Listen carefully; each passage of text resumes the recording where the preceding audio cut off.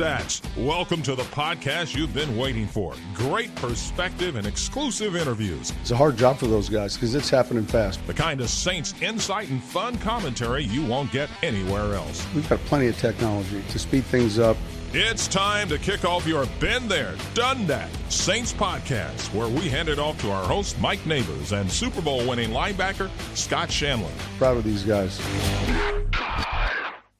I think the biggest thing is just having the energy and bouncing back, building on the positives and eliminating the mistakes. Oh, lots of mistakes for the Saints, especially offensively, as we welcome in to another Been There, Done That podcast.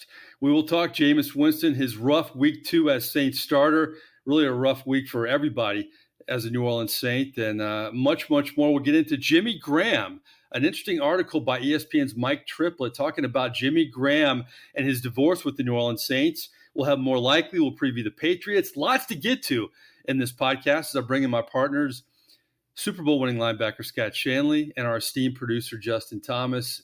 All right, guys, we're officially 0-2.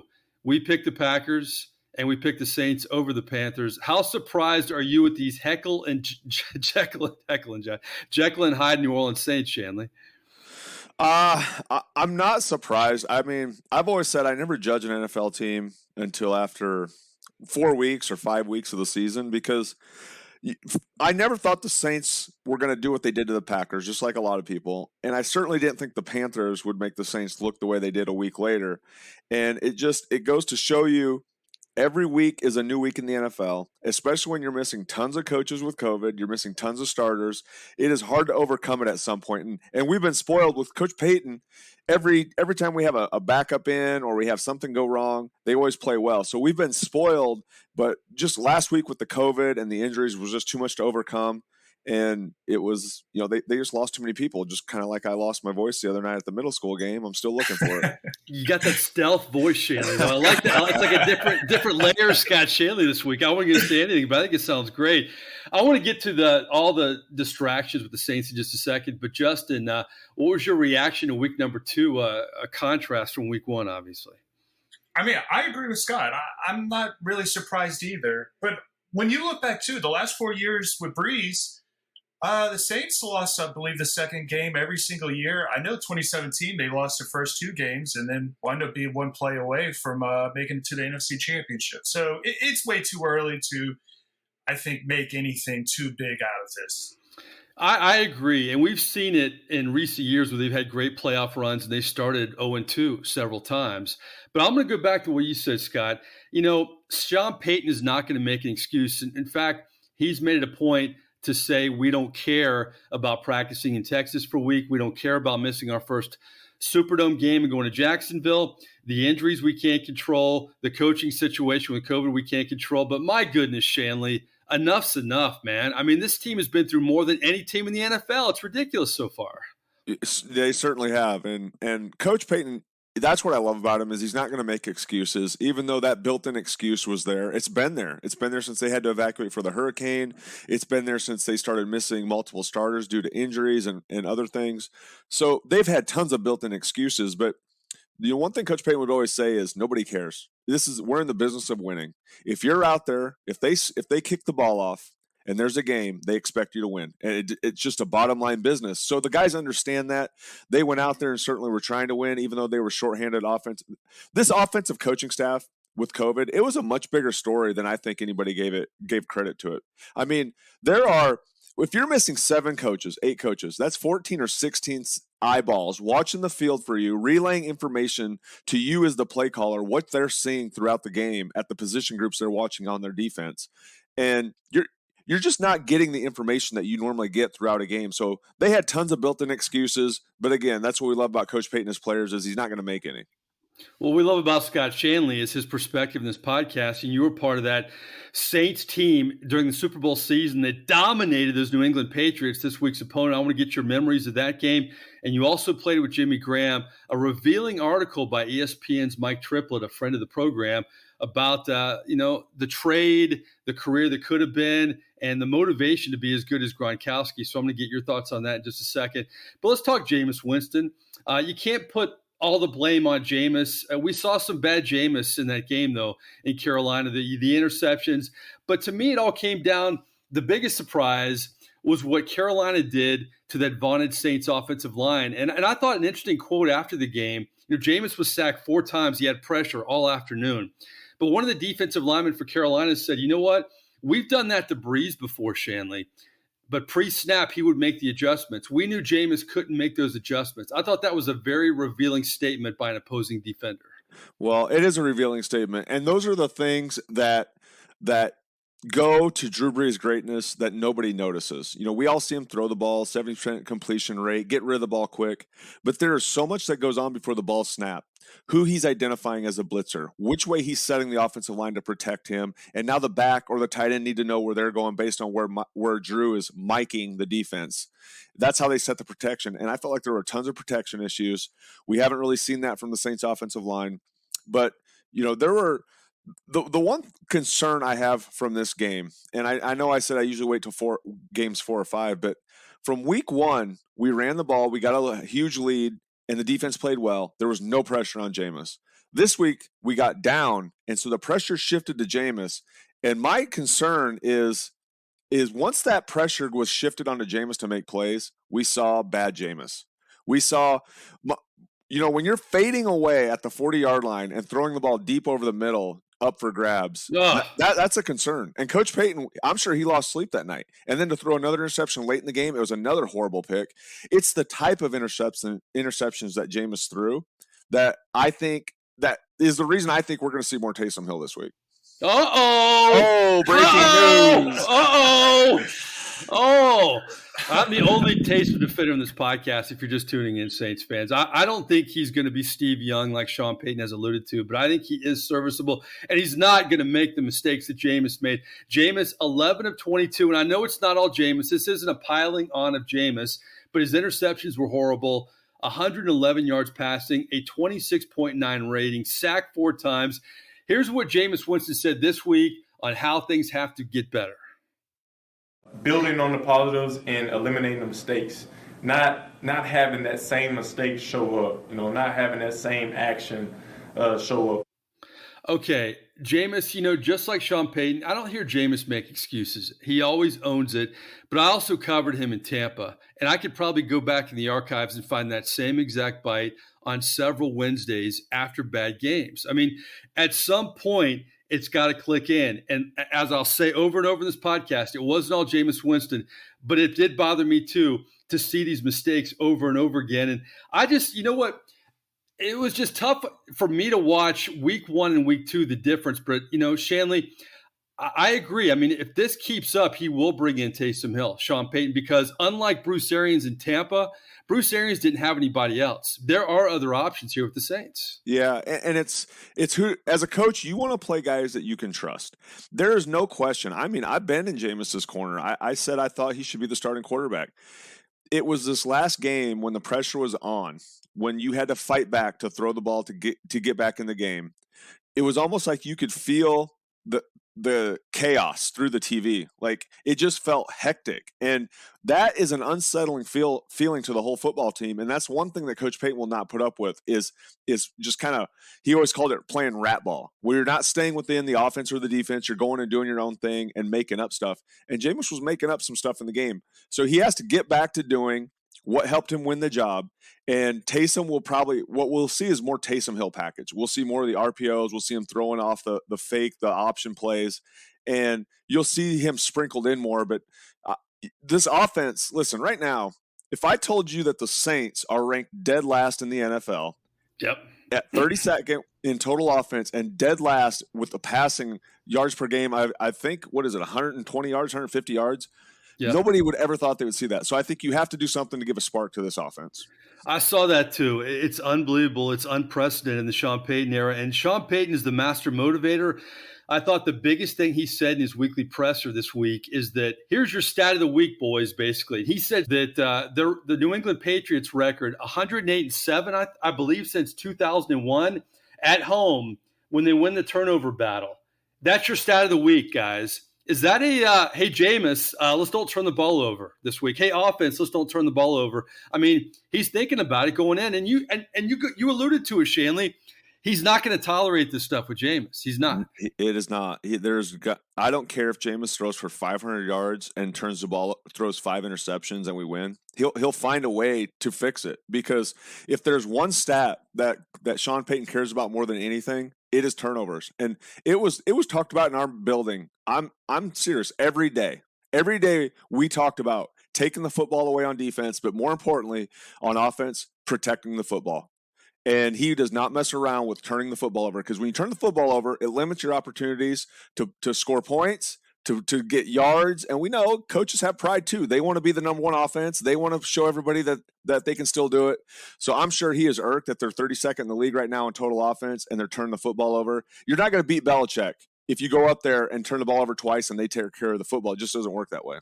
Well, speaking of Belichick, I got an interesting, more likely question coming up in our final segment. But the New England Patriots, they're not world beaters either. They're 1-1. They lost to the Dolphins, and they beat the New York Jets. A big deal, right? But I mean, Mac Jones has been serviceable, and the defense I think is pretty stout. But what do you make of this Patriots team? Because it's not the Patriots team, obviously, with Tom Brady and all the big names we had in the Super Bowl runs. This isn't the answer that people want to hear from a former player who's supposed to be an analyst, but I don't know much about him, Mike. I mean, right. This team, since Tom Brady left, they haven't been in the national spotlight. They've played few primetime games. They were average last year. All we hear about in the preseason is this Mac Jones guy. He's the real deal. Drew Brees talks about that was the steal of the draft. I'm excited about seeing him. I watched him play a little bit against New York. I thought he looked good. I think he looks mature and wise beyond his years. Wasn't wowing me with the throws, but did what he needed to do within the offense. But when you go up and down the depth chart and you're looking at the roster of the New England Patriots, it's like a who's who of NFL players. Like, who's this guy? Oh, that's how he got there. Oh, they drafted him in 4 years ago. But that's Bill Belichick. He just throws together a bunch of no-name guys and plays solid football. Now can they get over the hump this year? They're going to be smart. There's no doubt about it. They're going to be smart, tough, physical, but it's just how talented can they be and how much will they open up the offense with Mac Jones? Yeah, it looks like this week, this is a big thing for the Saints. I mean, they didn't have Lattimore. They didn't have C.J. Gardner-Johnson. Pete Warner's been hurt, but the secondary was really banged up. I thought the Debo actually had some good moments in that game, but getting Lattimore back, getting C.J. Gardner-Johnson, especially because he couldn't, defend McCaffrey a week ago, it looks like those guys will be back to practicing this week. That's going to be huge for this defense. Yeah, I mean, I know. I just talked about no built-in excuses, but when you're losing one of the best cornerbacks in the NFL and you're all banged up, and C.J. Gardner-Johnson is one of the best hybrid football players in the NFL. I don't call him a safety. I don't call him a backer. He's a hybrid player. He's a Swiss Army knife on defense. Those two guys alone, it's hard to win games. They're banged up in the defensive line, really thin. It just goes down the list, and then all the COVID cases. So last week's game was set up perfect for Carolina. Congratulations to them. But I'm excited about seeing this team and how they bounce back. Like they always say, you never judge the character of a man in good times. You judge it in a bad time. So I want to see how this team bounces back from the adversity and everybody telling them 2 weeks ago they were Super Bowl favorites. So now everybody's saying, oh, this isn't even a playoff team. They got issues. They're turning the ball over. How do they handle that adversity and how do they bounce back? Absolutely. You guys scrimmaged against the Patriots, and even after you played, since Peyton's been around, he and Belichick have a good relationship. I was looking back in the history. It's amazing that these two coaches have only faced each other 3 times. It seems like more than that. But I want to take you back to the first meeting that you played in, November 30th of 2009, the year you guys won the Super Bowl. You guys embarrassed Belichick and Brady in the Superdome, 38-17. We've talked about that game a little bit in this podcast, but that has to be one of your career highlights, playing in a game like that. It really was. And, it was a career highlight because you're playing Tom Brady, you're playing the vaunted New England Patriots. But the memory from that game that a lot of us guys still talk about is Tom Brady leaving the game early. Now, he wasn't injured. We were beating them so bad that Tom Brady, the greatest quarterback of all time, the most accomplished player of all time, they took him out of the game early. Like, not many people can say they've ever done that to a Tom Brady team. So that was certainly a highlight. And we just knew going into that game that it was later in the season. Our eyes were on the playoffs. We had a really good team. We knew we were a championship caliber team. What type of statement were we going to make? So I remember that whole week of practice, it was a playoff atmosphere. It was almost like a Super Bowl atmosphere. We were going to be on national TV. We were going to make a statement to the world that that our Saints team is a force to be reckoned with. And we certainly went out there and played one of our best games. One of the best games that we played from start to finish that I can remember my whole time in New Orleans. So, Shanle, you and Vilma and Fajita and the boys kind of felt like DeMario Davis and Lattimore and the guys in week 1 when they sat Rodgers down and put Jordan Love in, right? Yeah, we made that comparison. We definitely were texting each other. And I saw a few media members make that comparison. Anytime you can make a Hall of Fame quarterback leave a game early because there's no hope they can win, that's always a great feeling. Absolutely. Do you remember anything personally from that game, like a hit on Brady or maybe a frustration from Brady or maybe a teammate talking trash to Brady? I mean, does anything stick out about that win in 2009 against the Patriots? Yeah, I have 2 things. One involved our playing on the field, and one involved Greg Williams and Sean Payton. the latter story people will find more entertaining than the first story. Please give it to us, please. The first one was we put in a new defense. We called it double-double. And what we were going to do is we were going to double team Randy Moss, Wes Welker, and Ben Watson. We were going to have 3 double teams and just let the front rush. So we were short in the rush, but we were doubling from all different angles. One time I would go double team Ben. One time I would go double team Welker from inside out with the nickel DB. And I tell you what, Brady had no idea what was going on. We had him confused as anybody's ever had him confused. And we still talk about it. We still talk about how he had no idea where to go with the ball. And so we take a lot of pride in that scheme and what the coaches set up for us that week. But to get to the Greg Williams and Coach Payton story, so it's late in the game. We're absolutely killing them. And Greg keeps blitzing, just bringing the house. Shocker. And Coach Payton and Coach Belichick, Coach Payton has respect for Belichick, and he's one of Parcells' disciples, this and that. And he looks over at Greg and he said, "Would you stop blitzing?" Yeah. He goes, "The game is over. Call the dogs off." And Greg looks at him. He goes, "I have history." Well, it wasn't as kind as this. He goes, "I have history with this guy. I have not stopped blitzing." And he just kept blitzing. I have history with this guy. So it's awesome. So it carries over in the locker room, and these two are getting into it in the locker room, still talking about it. And it's one of those little kidding, pushing matches like, "Oh, I was kidding. No, you weren't." And nothing happened, but all the guys were like, "Man, is something going to happen?" There's a lot of tension here, but it was funny. A little foreshadowing, though, maybe between those two guys down the road. That's true. Let's talk about that. That's great stuff. That's why we love Shanle on this podcast. But let's fast forward. You guys win that, but boy, in 2013, the Saints start off, 5-0, have a chance to go 6-0 into the bye week. This was a crazy game in Foxborough. I mean, Breeze hits Kenny Stills with 3:29 left to give the Saints a 24-23 lead. Then Keenan Lewis intercepts Brady. Garrett Hartley kicks a field goal. You guys are up 27-23, but then Tom Brady gets the ball with about a minute left, no timeouts, and with 5 seconds left, hits Kendrell Tompkins with the touchdown pass. Boy, that showed the greatness of Brady, and I remember Jabari Greer got beat on that play, covered that game. He answered every question afterwards, but boy, that was the dagger because the Saints could have gone 6-0 into the bye week, Shane. Yeah, and to follow up with Jabari, one of the greatest teammates I've ever had, just a very great man, to the core, just a great person. And he was, to me, Jabari is one of the most underrated players that we've ever had with the Saints. Absolutely. One of the greatest signings that Mickey and Sean had. That game, though, it epitomized Tom Brady's greatness. It's tough to win in Foxborough.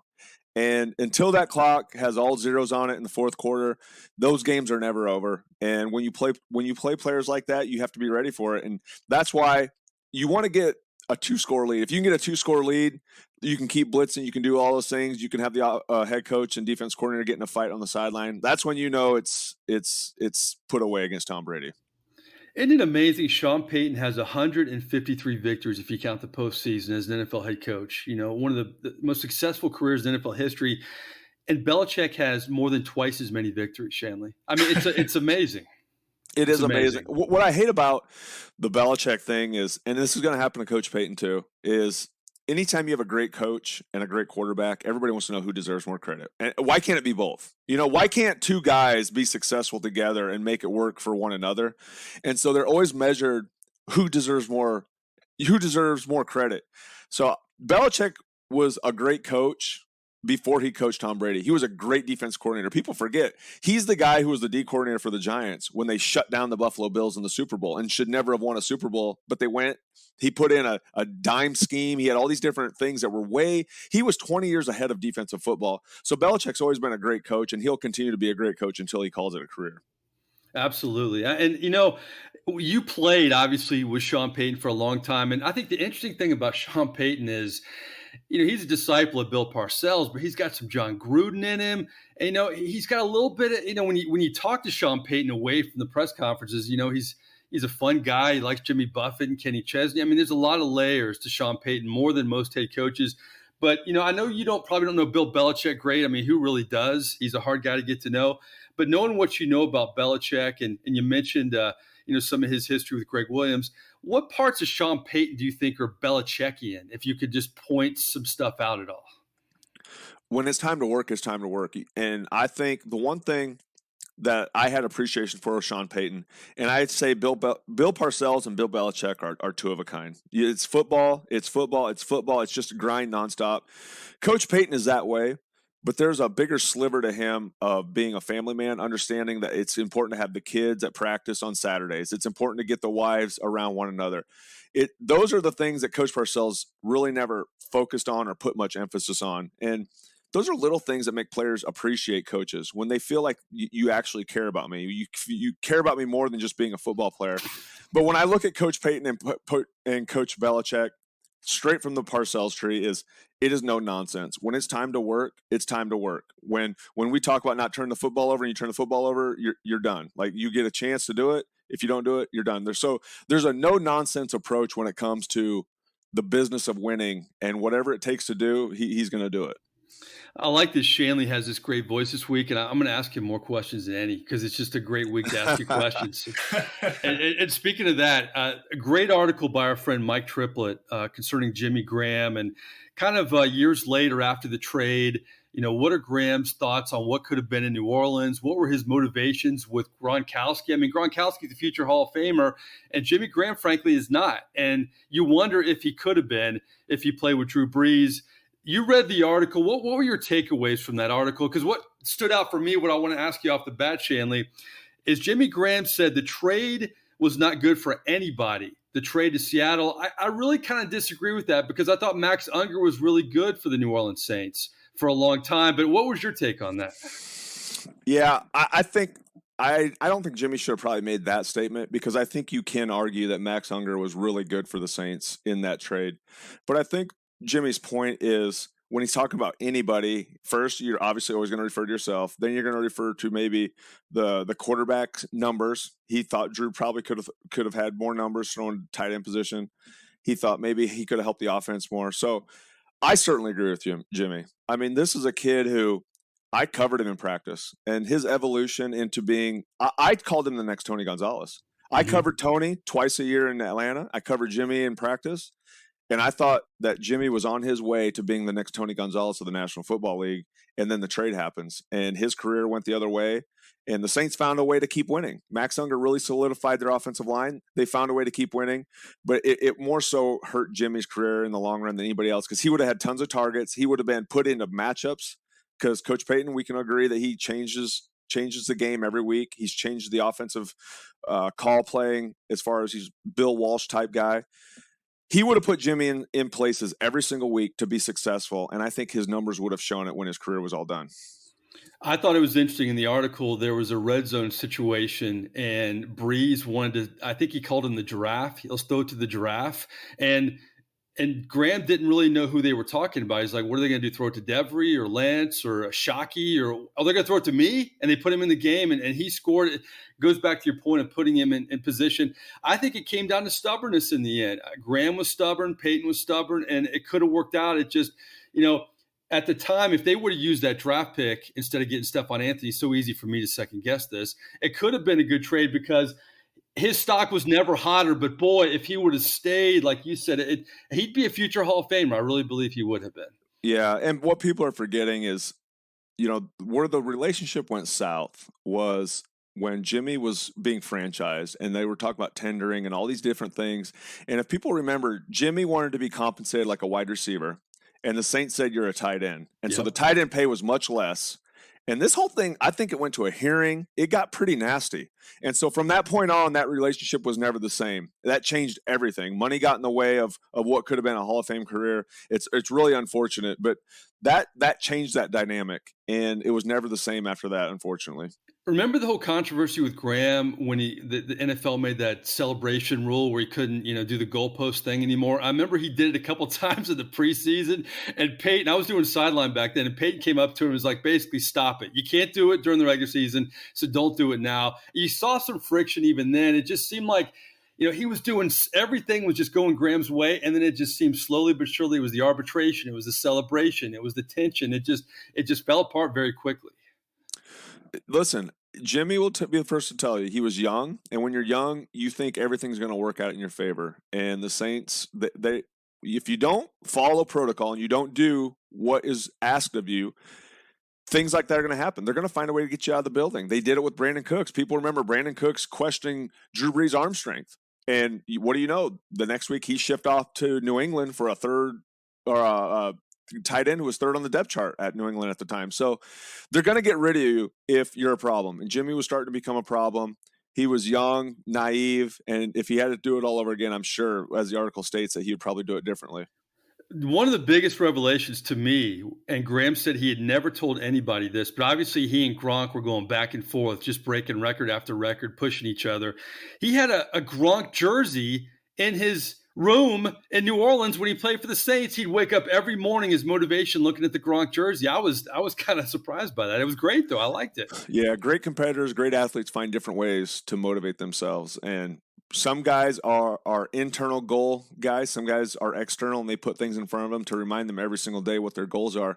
But, I remember when Jimmy was a rookie and he came into the league, he knew none of us old guys, our veterans, we're in our 7th, 8th years. And every night before games, we would have player snack. And all the veterans, we've been together a long time, we would hang out and we would talk and BS and get snack and just hang out for a while before bedtime and curfew or bed check happened. And the whole year, I look over and there's the young kid, there's Jimmy Graham sitting there just soaking it all in, just loving it. And he was, by the end of the year, he was asking questions. He was in our group. And I thought, man, this kid, he just has a thirst for knowledge. He just wants to be involved, and he wants to know what to expect of the NFL, what guys' experiences were by the year 7 and 8. So those are things that stick out to me about Jimmy, is he had a thirst for knowledge and a quest for being great. Speaking of jerseys, I remember your sons like wearing Jimmy Graham jerseys when they were really young. Remember that? Yeah. They did, and they got Seattle Jimmy Graham jerseys too. So when Jimmy went to Seattle and Seattle played in New Orleans, it was a couple years after the trade, they both had their Jimmy Graham Seattle jerseys on. And I said, guys, I don't know if we can wear these in the Superdome. Coach Payton is going to let us sit in his suite. I don't know if we should walk in there with these. So they wore the Jimmy Graham jersey, but they put a New Orleans Saints shirt over them and wore it to the game because we got to sit in Coach Payton's suite that day. That's awesome, man. But this is why you got to listen to our podcast, because Shanle played with these guys. I mean, Sean Payton's still the head coach. He has great perspective. Before we get to our final segment, I thought another revealing part of this Graham article, it's a great article because you kind of forget about some of this stuff. But Jimmy kind of threw in that little, it was a dagger, but a little, hey, maybe I could have helped in 2017 and 2018 and 2019 in those playoff runs. I kind of like that. He kind of threw that in there. That's the competitor. And it is, I'm being nice because it is a shot. Anytime you get traded from a team, I'm telling you right now, I got traded from the Cowboys. When I look back at it, I'm like, I should be thankful that team gave me an opportunity to play in the NFL. They gave me an opportunity to get traded to New Orleans and have the best 7 years of my life playing in New Orleans. So I should be thankful, right? But no, when I got traded from the Cowboys, every time they played on TV, I was like, miss the field goal, throw an interception. I wanted them to fail every time they were out there. So I don't know what it is, but it's just a competitiveness, and that's just the way it is. I thoroughly enjoyed that. A trip down Jimmy Graham memory lane. You know what, though? We're not done. Justin, you know what time it is?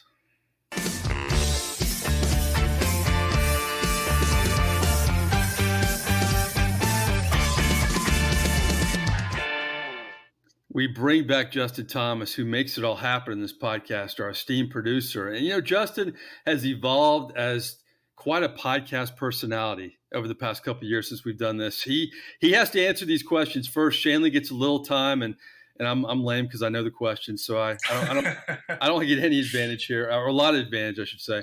All right, more likely 3 hypotheticals. First one, I know it's early, but on podcasts we could do this kind of thing. If you could pick the Saints starting quarterback the rest of the year, would it be Jameis Winston or Teddy Bridgewater? Ooh. That's tough. Bridgewater's looked good in Denver so far. That's why I'm throwing he has. Did not look good last year in Carolina at times. I agree. And when he played for us those 5 games, he looked pretty good. I think. And as Shanle would say, so did the defense. Yeah, no, it's very true. I think they're kind of opposites. Bridgewater is more conservative. He's going to be careful with eliminating the turnovers. I think Jameis tends to be a little bit more of a gunslinger. He's going to take more risk, hence more interceptions. I think you kind of hit it on the head, Mike. It depends. Well, I guess both actually depend on defense. The defense needs to play really well for, I guess, either to be effective. I think, though, I felt more comfortable with Teddy Bridgewater than I did Jameis. So I think as of now, I would say Teddy Bridgewater. Teddy Bridgewater wins with Justin Thomas. Shanle, the rest of the year, if you could have Bridgewater or Jameis, who are you taking? I think Justin did a great job of breaking it down. His analysis was spot on, and it makes my answer really short and easy. I would go with Teddy Bridgewater. I trust Teddy more, and we have a defense that we can win with, and you don't need the gunslinger mentality. Trust our defense. Trust your quarterback to make the plays that are there, and if our defense wasn't good, if our defense is going to give up 20 points a game and we need a guy who can go out there and throw the ball 40 times a game, then I would prefer Jameis. But the way this team is currently constructed, I think Teddy Bridgewater would be a better fit. Do you think Sean Payton's flying home from Charlotte thinking, damn, I wish we had Bridgewater? Possibly. Here's my question, as Justin was talking, is what would it take for the Saints to call Drew Brees up and get him off of the MCC? Oh, wow. And do you think that would happen this year? What if they're 3-3 and they have a good team, but the quarterbacks aren't playing well? Would they call number 9 up? You know what? I hate to say this. I just think I love 9, man. He's great, but we saw at the end there. He's just not the 9 that we, grew to know and love. That's just, if it was one of those deals, it wasn't as bad as Peyton Manning at the end, but it was kind of getting there, especially we saw it in the Bucs game. It just was a different, I mean, you hear Brees talk about, all the injuries that he really suffered and how bad he felt when they beat the Bucs 38-3. You saw the wear and tear. I just, I want a Bridgewater guy that can still get it done, but doesn't have to be Superman. And then you can utilize Taysom Hill too. Jameis, my answer is Bridgewater too, because Jameis, I just don't trust him yet. I think he's got all the talent in the world. But even though he wasn't getting protected last week, you hit it on early in this podcast, these interceptions are bad Jameis. And I don't know if we'll ever not see him, ever. Yeah. And what, the problem, Mike, is we've had Jameis in the building for over a year and a half. But there's been such a small sample load, like no preseason last year, very little preseason. He played one preseason game in 2 years with the Saints, with the number ones. Like our expectations of Jameis were off the charts based on everything we've been hearing. But now we finally got to see him in a game where he's down by 10 points, and how does he respond? And it would look like Tampa Jameis. So it's like, what did Carolina give up for Darnold? Should have the Saints been in the Sam Darnold sweepstakes? I don't know. That's a question they'll have to answer at the end of the year. Absolutely, yeah. I think Bridgewater is a very interesting guy in the NFL because of what happened to him in New Orleans, what happened to him in Carolina, and now what's happening to him in Denver. But we do know this about Bridgewater. It's safe.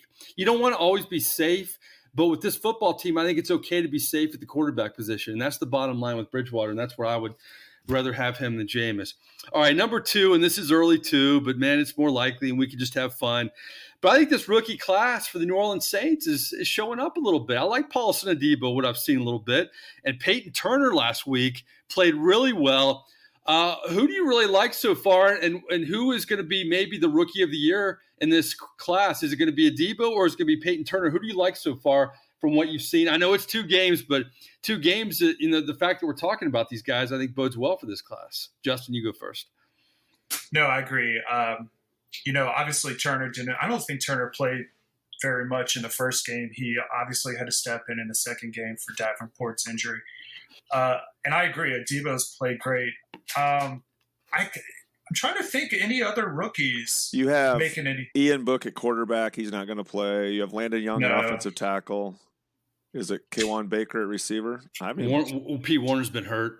Yeah, Warner. Yeah, so it's really just them two that seems like they've been making somewhat of an impression. I think at the end of the year, hopefully the defensive line can shore up a little bit. I think Adebo will probably be, if I had to guess, the better of the two. He seems to be a little bit more polished. But, I think it's good to see that two high picks early on are starting to kind of pan off. Absolutely. I know it's early, but good answer, Justin Thomas. What do you think, Shanle, of the rookie so far? Listen, I loved what I saw out of Peyton Turner. He's played very little football since he's been the first-round draft pick for the Saints. And, when Peyton was drafted, all of Who Dat Nation, or most of, was like, oh, my, who is this kid? We overreached. We drafted Marcus Davenport 2.0. Like, same body type, but who did we get here? And he comes into the game, and the kid played with a motor. He made plays. He did things that won't show up in the box score in terms of sacks and tackles. He was very disruptive, and I was pleasantly surprised. Unfortunately, he showed up on the injury report this week. He was limited in practice, so I don't know what happened. Hopefully he's not injury prone like that, because what I saw to him in game one makes me think he could be one of the successful front seven draft picks. We haven't had many of those. We've Cam Jordan obviously was one, but Adebo, I think Adebo's playing time is going to decrease because of Roby and Lattimore once they're both on the outside. But I love what I've seen out of Adebo, especially in week one. But I'm going to go with Peyton Turner. I think he's a safe choice based on what I saw last week. Yeah, I like them both, and I agree with everything you guys said. Adebo has been impressive because he opted out at Stanford. I mean, he hadn't played football in a while. The fact that he can step in, get a pick, against Aaron Rodgers in week one and play decently against the Carolina Panthers, I think bodes well for him in the future. He'll continue to learn under these veterans. But I got to go with Peyton Turner based on the fact that that was really his first NFL game. And he looked great in the preseason. I mean, I was at a few practices, and everybody who covers the Saints are saying this kid is the real deal. He looks great in practice. He was banged up a little bit, but I think every time he has been out there, he has looked impressive. But to Shanley's point, you hope he can stay healthy. All right, our final more likely question. We like to have fun a little bit. The Peyton and Eli ESPN2 alternative on Monday Night Football. If you haven't seen it, been there, done that, audience, you got to check it out. And I know we've talked about this collectively. You guys liked it in week one. I didn't have a chance to see it. I really, really liked it. Is this more likely going to change the way we watch football because of the success of this? The ratings doubled in week two compared to week one. Are we going to want to watch games like this instead of the traditional, play-by-play color analyst role? Do you think this could more likely change that up a little bit? 100% yes. I mean, when you look at the evolution of how things are done, even like 10, 20 years ago, I mean, social media has such a huge impact on everything we do now. Everyone likes these little funny videos, TikTok, Instagram. I just think the way we consume media is different and has changed. And I think this is going to play a huge role. I didn't see this past week's game. I did watch the first one. I thought they were great. It's great, too, because they had a great balance between the comedy and also the football analysis. I also think, too, like when you watch certain announcers today, they're so stale. They have that like radio announcer voice. They're kind of just, boring. And I think that's why you've seen people come in like Tony Romo come in and just, light it up, and everyone loves it. So I definitely think, I don't know if it's going to take over and every single professional football game will be called like this, but I bet you'll see more and more of this type of thing happening. You know what? And before we get to Shanle, here's my thing with these two guys is you got to get the right mix. And it would be terrible if it was just Eli. But Peyton brings out the great in Eli.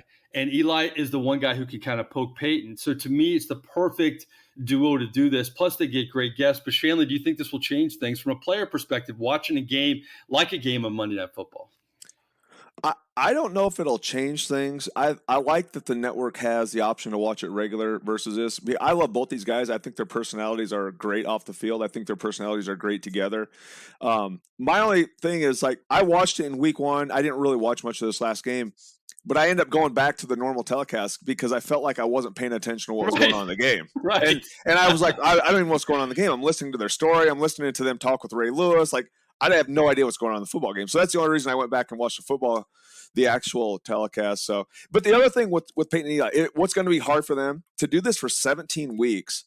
And at what point do people get tired of the references to Peyton's forehead and all, the same jokes that you can use that are funny in week 1 and 2? Will it be as funny in week 16 and 17? Well, you have all good points. Here's my answer to that. Al Michaels, to me, arguably the best play-by-play announcer in the history of American sportscasting, was on Dan Patrick's show, and he brought up a point that you're bringing up, Shanle. When you watch the game and it's the 2-minute drill, you want to kind of get away from the fun and frivolity of all that stuff. But to me, here's where I draw the line. I would, after you guys told me how great this was, I would never in my wildest dreams DVR a friggin' Lions-Packers game. But I did it to watch these guys. So if the Saints are playing, I wouldn't watch them. But if it's a game, it's like, this is why fantasy football is so great, because you don't care. Point. Yeah. You don't care about a lot of these games, but if you don't care, you're going to watch this. And a lot of people obviously don't care about some of these games. But I agree. Here's the thing about Peyton Manning, too. He would be so much better than Tony Romo. And I haven't heard Breeze do games yet, so I'm not going to judge Drew yet. But Peyton Manning breaking down things, he is so into it, breaking it down. It's much more than comedy. I learn a lot watching this, too. It's not just funny stuff. And the guests they get, I mean, the other night they had Gronk, and Gronk was chiding Peyton about, hey, I got more commercials than you now. Just stuff like that. They had Brett Favre on, and they were killing Favre because he was supposed to come on in the first quarter. He came on in the second half, and they're like, what do you got, the dial up and killing Mississippi? Why'd you join us so late? And then Eli told a great joke about how he was 17. He was in Mississippi. They were outside a bar. He climbed a fence so he could play pool in this bar with Brett Favre, but his buddy wouldn't go in. So he ended up not going in. And he said, it's one of the biggest regrets of his life. And I think Favre or somebody said, you never leave your wingman. I mean, it's just, it was great I saw stuff.